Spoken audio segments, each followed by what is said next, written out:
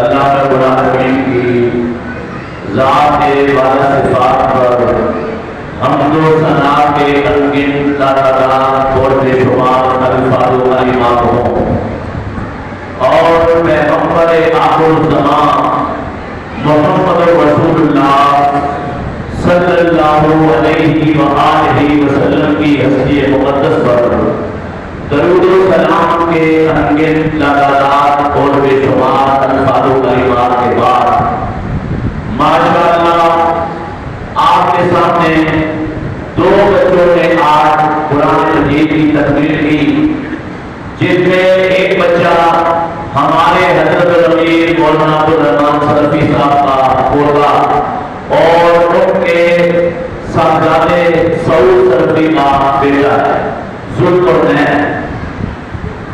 یہ جو ذوالقرنین ہے اس کا ذکر 16ویں پارے میں سورہ کاف کی آخری آیات میں موجود ہے۔ یہ بچے کو بٹھا دو، یہ بچی کس کے ساتھ ہے؟ جن کے ساتھ بچے ہیں آپ اپنے ساتھ بچوں کو بٹھاتے ہیں، یہ جو شور سنا ہے اس کو بند کر دیں۔ یہ تو مسجد کی توہین ہے کہ کوئی ادھر بات ہے اور کوئی ادھر بات ہے، ساری باتیں ختم کر کے 10 منٹ کے لیے بات ہو رہی ہے۔ تو ذوالقرنین تاریخ کا وہ شخص ہے جس نے پوری دنیا کو ایک کنارے سے دوسرے کنارے تک دے گا۔ آج ہمارے یہاں جو سامراجی قوتیں پروپیگنڈا کرتی ہے کہ فلاں اتنا بڑا سیاح ہے، فلاں اتنا بڑا سیاح ہے، سب جھوٹ۔ ایک ذوالقرنین جو زمین کے اس کنارے پہ بھی پہنچا اور اس کنارے پہ بھی پہنچا، اور سورہ کاف میں اللہ نے اس کا ذکر کیا۔ وقت نہیں ہے کہ میں آپ کو جاؤں گا تو اصل موضوع رہ جائے گا۔ اور دوسرا بچہ شہریار، یہ جو شہریار نام ہے یہ صرف فارسی نام ہے، ذوالقرنین عربی نام ہے، شہریار فارسی نام ہے۔ یہ جو شہریار ہے یہ خطہ فارس جو ہمارے قریب ہے، ایران کا جو اس کا نیا نام ہے پرانا نام فارس کا، اس کا ایک بہت بڑا حکمران گزرا ہے، اس کا نام تھا شہریار۔ تو بہرحال بڑی خوشی کی بات ہے، اور اس سے بڑی خوشی کی بات یہ ہے کہ پوری دنیا اس وقت جسے ہم سامراج کہتے ہیں، جسے ہم اسلام کا دشمن کہتے ہیں، جسے ہم مسلمانوں کا دشمن کہتے ہیں، جسے ہم انسانیت کا قاتل کہتے ہیں، انہوں نے پوری کوشش کر لی، پورا زور لگا دیا کہ قرآن کی تعلیمات کو روک دیں، مگر وہ اس میں کامیاب نہیں ہو۔ کیوں؟ کہ میرے رب کا فرمان ہے هو الذي أرسل رسوله بالهدى ودين الحق ليظهره على الدين كله وكفى بالله شهيدا۔ فرمایا اللہ وہ ذات ہے جس نے اپنے رسول کو دین حق دے کے بھیجا اور ہدایت دے کے بھیجا، اس لیے بھیجا کہ پورے جو باطل ادیان ہیں ان پر سے باطل کر دے، اور یہ بات ہو کر رہے گا۔ اور حبیب کبریا نے فرمایا لا یبقى على ظهر الارض بیت القبر ولا مدر الا ادخله الله الاسلام۔ قرب قیامت کے برپا ہونے سے پہلے روئے زمین پر کوئی کچا گھر یا پکا گھر ایسا نہیں بچے گا کہ رب اسلام کی نورانی شعاؤں اور کرنوں کو اس میں داخل نہ کر دے، اور جو مخالفت کرے گا، مقابلہ کرے گا، وہ ذل ذلیل ذلت اس کا مقدر ہوگی، اور جو ساتھی بنے گا اس کا اللہ اسے عزت سے نوازے گا۔ اور آج سے 10-20 برس پہلے، 30 برس پہلے انگلینڈ کا ایک وزیر اعظم تھا، اس کا نام تھا گلیڈسٹون۔ اس نے قرآن اٹھایا اور زمین میں پھینکا۔ اس نے کہا جب تک مسلمانوں کی زندگی سے آپ قرآن کو نہیں نکال دیتے دنیا میں آپ کامیاب نہیں ہو سکتے۔ اور الحمدللہ پوری دنیا میں اسلام کی آواز اٹھ رہی ہے۔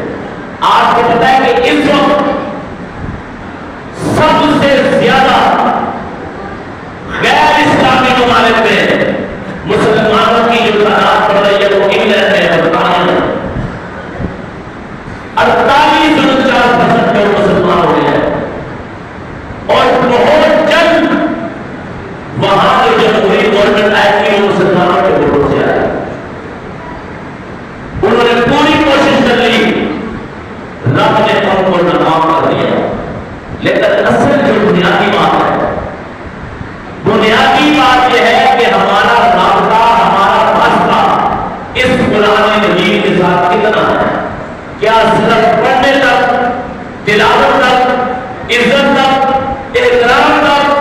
یا اس کی جو انقلابی تعلیمات ہے وہ ہمارے معاشرے کے اندر ہمارے گھروں میں موجود ہے.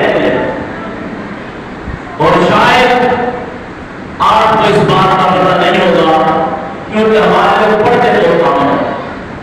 میں اس برد صغیر کی تاریخ کا ہسٹری کا الحمدللہ بہت بڑا تاریخ ہوں. اس برد صغیر نے جو سب سے بڑا کام کیا ہے اسلام کے حوالے سے اور سائنس کے حوالے سے وہ صرف مسلمان ہے. آج ایک مسئلہ میرے بحث دنیا میں ہے کہ زمین گول ہے اور زمین گھومتی ہے سورج کے لیے. اور ہمارے لوگ کہتے ہیں جناب دیکھو اب یہ ہو گیا, اب سائنس نے یہ ترقی کر لی. آپ کو یہ چیز بتاؤ کہ 11ویں صدی عیسوی میں 11ویں صدی عیسوی میں بچے آگے بڑھ بیٹھے ہو ادھر لوگ تک بیٹھے آگے جب پڑھو 11ویں صدی عیسوی اور دوسری صدی ہجری میں ایک مسلم سائنسدان کا اس کا نام تھا ابو ریحان البیرونی. اس نے زمین کی پیمائش کی تھی جسے ارتھ ریڈینس کہتے ہیں. سائنس کی زبان میں سنا ہے ارتھ ریڈینس. اس نے اسی پاکستان میں ایک جگہ ہے جیسے تقریباً نازل وہاں ایک قلعہ نما مندر ہے ہندوؤں کا نظر قلعہ. اس کے اوپر بیٹھ کر اس نے زمین کی پیمائش کی جیومیٹری کا ایک زاویہ بنایا. آپ کے میتھ کا ایک سبجیکٹ جیومیٹری زاویے کو 3 حصوں میں تقسیم کیا. اس ابو ریحان البیرونی نے کہا کہ زمین کہیں گول ہے کہیں چپٹی ہے اور زمین کی جو خصوصیات ہے وہ بھی اس نے بتائی. اس نے کہا زمین گھومتی ہے یا سورج گھومتا ہے, اور سورج گھومتا ہے کہ نہیں یہ سورج کی اصلی میں وَالشَّمْسُ تَجْرِي لِمُسْتَقَرٍّ لَهَا ذَلِكَ تَقْدِيرُ الْعَزِيزِ الْعَلِيمِ. فرمایا سورج اپنے مستقر پر یعنی متعین راستے پر چل رہا ہے اور اس کی چال کا اندازہ کرنے میں غلط بن گیا. اور کبھی ایسا ہوتا ہے کہ یہ جو چال ہے اس کی جو روٹ میپ جسے کہتے ہیں اس کو اگر تبدیل کوئی کرے تو اس میں غلط کر سکتا ہے. آپ کو پتہ ہے کہ اصحاب کرام کا ذکر قرآن میں سورہ کہف وہ ایک غار میں سوئے ہوئے ہیں, دونوں طرف اس کے سنار ہیں, دونوں طرف انٹرنس سے دروازے. جب سورج صبح نکلتا ہے تو دائیں طرف جہاں وہ سوئے ممکن ہے کہ ان کے چہرے پہ اڑ گئے. اور آپ کو پتہ ہے کہ سورج کی تیز شعاعیں جب جسم پر چہرے پر پڑتی ہیں تو وہ سیاہ ہو جاتی ہیں, اور جب غروب ہوتا ہے تو ان کے پاؤں کی طرف ہوتا ہے. اب سورج کا یہ روٹ میں ہے مگر رب نے کیا فرمایا وَتَرَى الشَّمْسَ إِذَا طَلَعَتْ تَزَاوَرُ عَنْ ذَاتِ الْيَمِينِ وَإِذَا غَرَبَتْ تَقْرِضُهُمْ ذَاتَ الشِّمَالِ وَهُمْ فِي فَجْوَةٍ مِّنْهُ ذَلِكَ مِنْ آيَاتِ اللَّهِ. فرمایا آپ دیکھیں گے سورج جب طلوع ہوتا ہے تزاور رہتا ہے ذات اليمین کہ رب اس کی کرنیں اس کی شعاعیں اصحاب کہف پر نہیں پڑنے دیتا, وہ تھوڑا سا دائیں طرف جھک جاتا ہے. فرمایا جب غروب ہونے لگتا ہے تو ان کے پاؤں پر اس کی شعاعیں نہیں پڑتی, وہ تھوڑا سا دائیں طرف کترا جاتا ہے. تو یہ جو اس کا روٹ میپ ہے رب کے علاوہ کوئی چیز نہیں کر سکتا. اور یہ جتنی باتیں ہیں میں اگر آگے جاؤں گا تو وقت جو ہے وہ ادھر چلتا جائے گا. یہ سب جھوٹ کا تو نہیں.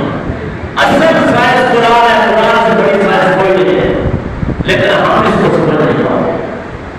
اور جس وقت انگریز نے یہ سازش کی تھی کہ ہم ان کی زندگیوں سے قرآن کو نکال دیں, آپ کو پتہ ہے شاہ اسماعیل شہید رحمۃ اللہ علیہ کی تحریر کے بعد 1835 میں ایک بہت بڑا اسکالر کا انگریز جسے لارڈ مکالے کہتے ہیں.